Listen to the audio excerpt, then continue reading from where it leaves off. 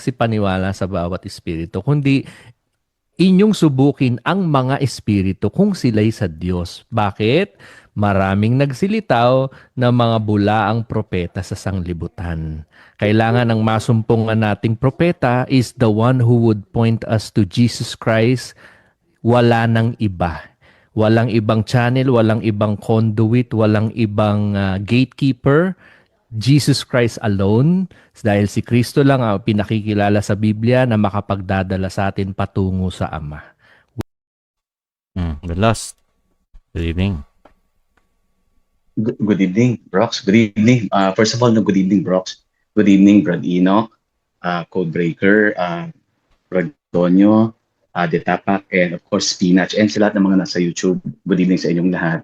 Ayun, Brox, I heard that, na i-post mo nga kanina sa Facebook. It's the first time that I heard that. And I respect Brother Ace, Brother Ace Abalos. And as a brother, I extend my love and respect towards him. However, doon sa sinabi niya nga, doon sa part na yon, na naririnig natin, I am against that. Bakit? Yun kasi yung common mistake na lagi nating para bang may bias tayo na kapag sinabi kasi natin, Brox, na Jesus Christ, para bang yung Christ pagmamayari lang ng Jesus or Christ Jesus, Pero kung titignan mo yan, kung lalawakan mo lang yung pangunawa mo, lalawakan mo yung kaisipan mo, ibig sabihin, Jesus Christ, Jesus ang Kristo. Or Christ Jesus, meaning Kristong Jesus. Okay? So, ngayon, dahil sinasabi nga natin na wala nang ibang daan patungo sa Ama, kundi ang Panginoong Hesukristo lang, lumalabas si Jesus lang. And I agree, Brox, doon sa walang ibang daan patungo sa Ama, kundi si Hesukristo, kung doon sa setting, doon sa panahon, sa panahon niya, sa mga kinakausap niya. At sa mga daratnan na papasok doon sa Christianity. Kasi Jesus is the way, one of the ways. Pero ang pag-uusapan natin dito, Brox, Jesus, he did not own Christ, Hindi sa kanya yon. So pwede natin gantuhin lang natin, Brox, para mas maging malinaw at mas maunawaan kung bubuksan natin yung kaisipan natin, Brox, Hindi Jesus Christ, kundi Jesus the Christ. Or pag sinabing Christ Jesus, Kristong Jesus. Yung Jesus kasi na yon, yun yung nagtataglay ng Kristo, di ba? Kaya nga pagpasok ko sa sanlibutan, isang katawan ng inihanda mo sa akin. Nung ipinanganak yung sanggol na yon, tinawag yung araw na yon na Emmanuel. Kasi nga pumasok doon yung Kristo, sa katawan na yon. So ibig sabihin, yung kaganapan na yon, ang tawag doon Emmanuel. Ngayon, ang pangalan ng katawan na yon, Jesus, na nagtataglay nga ng Kristo na yon. So anong ibig nating sabihin dito? Jesus is the way doon sa kanila, sa setting nila sa Israel at sa mga ibang hentil na mapapangaralan nila sa sanglibutan ng Brox, sa sanglibutan ng Imperyong Romano. So we have to, kumbaga, open up our minds kapag sinasabi din doon sa Biblia yung sanlibutan, hindi ibig sabihin nun laging buong mundo. Yung tinutukoy doon na sanglibutan, yung world, yun yung Roman Empire world, yun yung nasasakupan ng sanlibutan ng Imperyo Romano. So may mga Israelita ron, may mga hentil din doon. So yun yung sinasabi ni Jesus doon. Ngayon, ang tanong natin, si Jesus lang ba ang daan? I disagree. Ang Kristo ang daan. Yung Kristo ang daan, na ano yun? Yun yung Kristo, yun yung tinatawag na Christ consciousness, na tinatawag ng mga Kristiyano. In Buddhism, sa kanila, awakening. In Hinduism, they call it moksha. In Taoism, they call it shengren, In Hinduism, I think it's Kutashta Chaitanya. Ibig sabihin, pare-pareho yung liberation, pare-pareho yun na, kumbaga, enlightenment, pare-parehong awakening. So once you get enlightened, they call it enlightenment, awakening, moksha, Kutashta Chaitanya, they call it Shengren in China. Ibig sabihin lang nun, Brox, yun yung other term for Christ consciousness, which is the way. So, ang daan yung Kristo. Pero ang masaklap, Brox, na ikabit lagi doon sa Jesus, para bang pagka ang Kristo sinabi mo, kailangan kaakibat niya lagi Jesus lang. No. Yung Christ consciousness na yon, nandun din yon, nataglay din yun nila Buddha, although iba ang term nila Buddha ron. Tawag nila ron, if I'm not mistaken, Buddha, awakened, gising, no? Yung Christ consciousness naman sa mga Kristiyano, ibig sabihin ng enlightened, no? Nakakita ng liwanag o naliwanagan. Ano ba ang unang-unang nangyayari para makakita ka ng liwanag? 'Di ba imumulat mo yung mata mo mula sa pagkakatulog mo, imumulat mo yung mata mo, you call it awaken, no? Pag mulat ng mata mo, makakakita ka ng liwanag. That's enlightenment eh. So it's very synonymous. So ano ibig nating sabihin dito? Hindi pwedeng maging exclusive na si Jesus ang daan para sa buong sangkatauhan kasi lalabas magiging unfair. Mm. Paano yung mga nangamatay nang hindi sila nakapaniwala? At paano yung patuloy na mga nangamatay ngayon na hindi nakakapaniwala? May namamatay na Buddhist, may namamatay na Hinduist, may namamatay na Confucianist, Taoist, Muslim. Maraming namamatay na may iba't ibang religion. Lalabas niyan, bros, ang Diyos ng Kristyanismo tamad at mabagal. Mm. Kasi ang dami nang namamatay na iba eh. 'Di ba? So, ibig sabihin lang, bros, hindi yung Jesus ang the way, no? Mm. Christ consciousness is the way. At yung Christ consciousness na yun yung consciousness of love. The mind of love or they call divine love na namamahay yun sa lahat ng tao, ano man ang religion. So, para pag sinabi natin kasi na wala nang ibang daan, yes, appropriate yon, Brox. No? I agree with Ace kapag sinasabi niya yun sa mga kapwa Kristiyano niya. Walang problema doon. Ang magiging mistake lang kapag ganito, walang ibang daan kundi ang Panginoong Hesukristo lang. Siya lang ang nakasulat sa Biblia, which is circular, Brox, no? Kasi Biblia lang yung basehan mo lagi, ayon sa Biblia. Kapag ganito ang turo na ang Panginoong Hesukristo lang ang daan, walang makaparoroon sa Ama, kahit sino, no, walang makaparoroon sa Ama, kundi sa Panginoong Hesukristo lang. Pwede yun, Brox, sa Kristyanismo.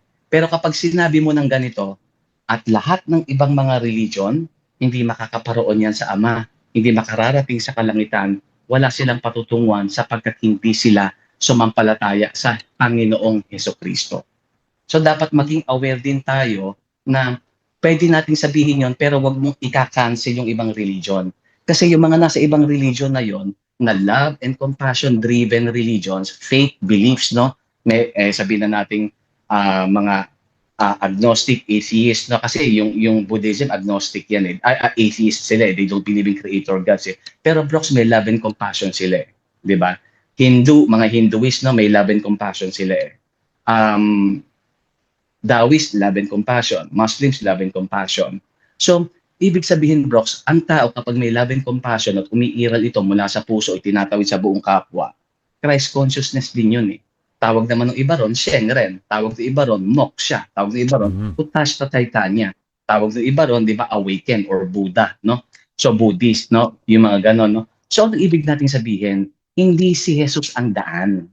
Yung Kristo ang daan na tinataglay ni Jesus. Yun yung daan na dala-dala rin yun ng mga sinaunang mga sages, mga enlightened masters na nagturo ng love and compassion. Kasi kung pag-aaralan natin, Brox, ang turo ni Buddha, ang turo ni Krishna, marami silang mga similarities. Ang turo ni Lao Tse, magkakapareho, both are rooted in love and compassion. Paano mo sasabihin, Brox, na the rest mali, si Jesus lang ang tama? Alright. Kung nauna pa yung mga yung nagturo ng love and compassion. Lalabas ba si Jesus ng opya? Possibly, baka nag-travel si Jesus, nag-aral siya sa India, ng Buddhism, Hinduism, and then a mix of Taoism. Kasi parang nakikita natin yung religious syncretism sa kanya Or possibility, yung Christ consciousness talaga, nung lumabas yung katawang Jesus, dala-dala na kaagad ng Jesus yung Christ consciousness na yun Kaya nga kung merong nakaupong tatlong Jesus, kasi yung pangalang Yahshua, o yung Joshua, no? Ano yun kumbaga kalat yun sa Israel marami may pangalan ganun Kunwari Oliver, no? Maraming Oliver sa Pilipinas. So may 5 Oliver na nakaupo. At hahanapin ko ngayon yung Oliver na taglay na Kristo. Tatanungin ko kunwari si Code, no? Code, sino diyan si Oliver? Yung nakaupo sa seat number 1, yun yung Oliver na Kristo. O Kristong Oliver. Christ Oliver. Or Oliver the Christ. Yun yung nasa upo ang number 1, yun yung Kristong Oliver. Kaya Christ Jesus or Jesus Christ. Jesus the Christ kasi Jesus na nagtataglay ng Kristo. Or Christ Jesus kasi Kristong na kay Jesus. Yun ang ibig sabihin. So dapat maintindihan natin na Brox na yung Jesus, yes, he is the way for the Israelites. However, pagka yung sinabi na natin, kinancel na natin lahat ng religion, then I will disagree. Kasi ang tunay na daan, yung Kristo, which is the enlightenment.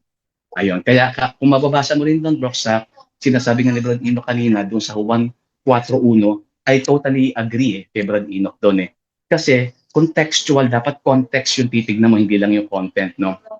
Ang pinag-aaralan doon, yung mga mangangaral na magsasabi na yung kabaliktaran ang Kristo, no, na yung tinutukoy doon na nakasulat na pag ipinangangaral nila na yung Kristo iba doon sa unang sinasabit sa mga unang talata sa 2 dire-diretso.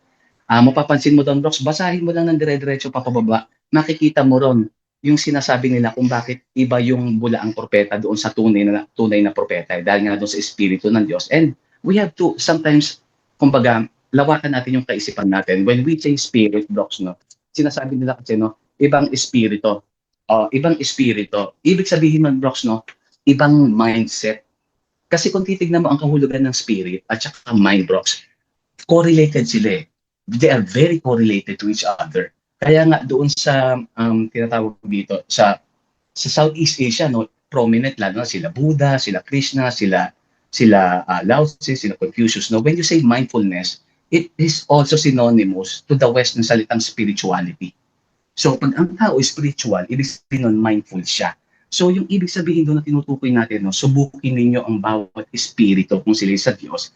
Ibig sabihin, pinasusubok yung kaisipan ng mga propeta na yon kung sila sa Diyos. Paano mo malalaman? Kung ano ipapangaral nila. Kung pinapangaral nila, yung Kristo, hindi yun yung tunay na Kristong nasa laman, ibig sabihin, yun ang laman ng kaisipan nila. That's their spirit. So spirit is also synonymous to the mind. So whenever we hear or we read about spirits in the Bible, subukin ninyo ang bawat espiritu. It also pertains to the saying na subukin nyo ang pag-iisip ng mga propeta na yan kung sila'y sa Diyos. Kasi kung ipinapangaral nila na ang Kristong pumarito ay ang Kristong mula sa Diyos na nagkatawang tao, nasa kanila ang espiritu ng Diyos. Ibig sabihin, nasa kanila ang higher consciousness, which is the consciousness of God. Ibig sabihin, gising yung mga yon, enlightened yon. May Christ consciousness yon. So yung spirit na sinasambit natin lagi dyan sa Bible, no, kalimitan, it pertains to the mind, bros. Subukin ninyo ang bawat pag-iisip kung ang kanilang pag-iisip ay sa Diyos. Maano nyo malalaman kung ang kanilang pag-iisip ay sa Diyos kung ipapangaral nila na si Jesus ay yung taong na nagkakaroon. Nawala. You're lost. You're lost. Wala kang signal. Okay. Andito na si Spetch. Basahin ko lang to. Si GamerGex, sabi niya, bakit nag-Jesus na naman si DK? Yes po Yun narinig ko sa kanya kagabi o kanina. Pero may disclaimer siya na hindi daw nila pinipilit yung paniniwala nila sa mga nakikinig. Opo, wala naman na may milit. Expect criticism from everyone na nakapakinig. Which is nice. Kasi ang criticism is doon tayo matututong mag-isip. Ayan, Brad Lost. Nawala ka kasi. So, kanyang Brock, sorry. Sorry, nawala ako. Sorry, Brock. Nawala ako, napahaba din. Sorry. Well, lastly, no, agree ako sa lahat ng sinabi ni Brad Enoch. I completely agree. And I also completely agree sa lahat ng sinabi ni Codebreaker. Yung sinabi niya na minsan, no, nagkakaroon tayo ng giyera, hindi dahil na yun sa religion, Brox, kundi mostly sa kanya ng interest. Minsan, nasa sangkalang na lang natin yung beliefs o yung religion. Pero kung titignan natin, sabi nga ni Buddha, ang ganda ng sinabi ni Gautam Buddha, keep your gods. Si Buddha, hindi niya, promoter siya ng advocate siya ng interfaith Sa kanya, kung yan ang mga faith nyo, it's fine. Continue on with your faith. If that's your God, and that's your God, and that's your God, keep your gods. Basta ang pairalin natin love and compassion. Kung gaya ng sinasabi natin lagi, Brox, and ganun din yung sinasabi ni Code, kahit alisin mo religion, Brox, iwan mo lang love and compassion, malabong magkagera tayo, Brox. Malabo yan. Kasi meron tayong love and compassion, magkakaunawaan tayo. I-disregard na natin yung kani-kaniyang beliefs kasi ang belief natin, we are all humans, we are all one. Yun ang kalalabasan ng love and compassion. Kaya makikita mo, ang turo ng Buddhism, napaka-powerful niya. It permeates lahat ng religion. Yun din naman ang tinuro ni Jesus Hindi hain ang hibig ko, kundi habag ang kanyang ang gusto ni Jesus, love and compassion si Jesus. Si Krishna, love and compassion. Si Buddha, love and compassion. Si Confucius, love and compassion. Si Lao Tzu, love and compassion. So, doon na lang tayo magkasundo, Brox. I think mas maganda ang mundo. So, I agree with I agree with both. And I respect Brother Ace Abalos doon sa kanya itinuro. Yun lang, sometimes we have to be very mindful of other beliefs. No? Hindi dahil yun ang paniniwala natin, ipipilit na natin yun sa lahat. No? Hindi siya magiging tama. Hindi si Jesus ang daan lang. Si Jesus ang daan sa Israel at sa ibang mga hentil sa sanglibutan ng Imperyo Romano at sa mga tatawid pa sa mga ibang panahon na maniniwala sa Kristyanismo. Pero ang tunay na daan at ang nag-iisang daan, yung tinatawag na Christ consciousness, moksha, Kutasya Chaitanya, Shengren, o tinatawag na enlightenment, awakening, or liberation. Ayan, Brox. Thank you. Salamat. Thank you po. Ang ganda. Yung tatlong huli nagsalta. Po. Ang medyo ano lang sa akin, yung parang nakukulong na naman tayo nito sa ganong mentality. Ang laki-laki ng mundo eh. Tapos makakarinig ako ng ganon. Medyo masakit sa tenga ko, at least. Tapos wala naman tumututol sa kanya. Like, yung mga kasama niya doon, agnostic eh. Yung isa doon, atheist. Wala man lang sinasabi. Of course, we respect it, but for the sake of discussion, walang ganon. Walang discussion. So, lalabas, siya lang yung nagsasalita at makikinig lang tayo lahat. Jadi, same as before. Yun lang naman, no? Ayan. Anyway, so, Brox. sige, last. I agree with you, Brox, no, about what you just said right now, ano. Kasi ang purpose ng broccoli, which I'm kumbaga incomplete agreement, and also sa pause and ponder, no. The goal is to free the minds, no, ng mga followers, ng mga nakikinig, ng mga sumusubaybay. It will kumbaga hindi lang siya maging maganda if we are going to push one religion to all followers, no? Let's say Christianity only, lalabas niyan, bumabalik tayo sa pagkakulto ng Kristyanismo. Yes. And the fact na 45,000 ang denominations, napakarami. So, sinong Christianity ang tama dyan? Correct. Sino dyan ang version dyan? Diba? So, siya siguro. ang goal natin, I'm not sure, pero I respect Brother Ace na I love him as a brother, I respect him. Ito ay ano lang naman, kumbaga, siguro, it's up to him, no? If he's going to open up his mind, kasi mahirap, Brox, yung magsasabi tayo, kumbaga definite, no? Kumbaga, napaka-conclusive, no? Na ito lang ang daan. The question is this: have you taken a look at Hinduism? Have you taken a look at Buddhism? Have you taken a look at Taoism? Have you taken a look at Islam, di ba? And Shintoism? Have you seen their teachings of love and compassion? Diba? Did you see that it was synonymous to all of the teachings of Jesus the Christ, and considering na nauna pa sila kaysa kay Jesus the Christ doon sa Kristong Jesus? So yung mga tinuro ng Kristong Jesus, parang lumalabas, ni-recycle ni Jesus kasi galing lahat yun doon sa kanila eh. Dito sa side natin eh. Or possibly, yung Christ consciousness sa taglay nila or awakening, kung ano man ang tawag nila sa pangalan nila, kung tawag dito sa atin eh, Kristong pag-iisip, sa kanila, Budang pag-iisip, pareho ng content. Baka nga yun din yung wisdom na yun, pumasok doon sa Jesus na yun, kung susundan natin yung istorya. So, kung i-conclude natin yun, dapat napag-aralan natin ang lahat ng religion, Brox. Kasi ang pinakamagandang turo is ganito, pwede, no? If I may suggest, maganda po ang Christianity, sapat po iyan para maging mabuting tao tayo, sapat para mabuksan ang ating mga puso at kaisipan at kamalayan, na tayo yung mga tao ng pag-ibig at nararapat tayong umibig sa Diyos at ibigin natin ang ating kapwa, gaya ng ating mga sarili, no? Ibigin natin sila, gawan natin sila ng mabuti. Ito po ay daan sa kaligtasan. Gaya rin naman ng itinuturo ng mga ibang religion na nasa iba't ibang bansa na nagtuturo ng pag-ibig at kahabagan na nagbubunsod ng mabubuting gawa. So sila po ay mga kapatid natin sa pag-ibig, sila po ay kasama natin sa tinatawag na iglesia ng pag-ibig o mga tao ng pag-ibig. Yun, pwede yun, Brox. Pero pag ito point mo na ganito, there's no other way but Christianity, Brox, you are not insanity, you are insanity. Diba? You are insane, diba? Pagka ganun na. Kasi ibig sabihin ng insanity, wala ka sa matinong pag-iisip. Pero pag nasa sanity ka, you are insanity, matino ang pag-iisip mo. So, nasaan ka doon? Insanity or insanity? So, you have to choose. Lawakan mo pag-iisip mo kapag nabuksan na ang kaisipan mo at nakita mo na ang lahat ng tao pala ay iisa lahat pala tayo magkakasundo sa pamamagitan lang ng love and compassion, gaya ng sinabi ni Gautam Buddha at ng iba pa mga sages. Makikita mo, shoot, wala palang religion na kailangan. Love and compassion lang pala, magkakaroon tayo na tinatawag na pagkakasundo o unity dahil lang doon sa pag-ibig at kahabagan na yun. Yun ang pinakamahalaga sa lahat, Brox, not religion. Thank you, Brox. Ganda. Yung broader, maging ano tayo, doon tayo sa bigger picture, hindi yung deeper. Ang ginawa, pumasok lalo. Dude, zoom out kaysa mag-zoom in. Makukulto tayo niyan pag zoom in. Ang weird lang ng humans na, grabe, tipetch. Ang weird nila, like, nag-isip ng belief system, ganito. Tapos sasabihin nila, final na yon, absolute na.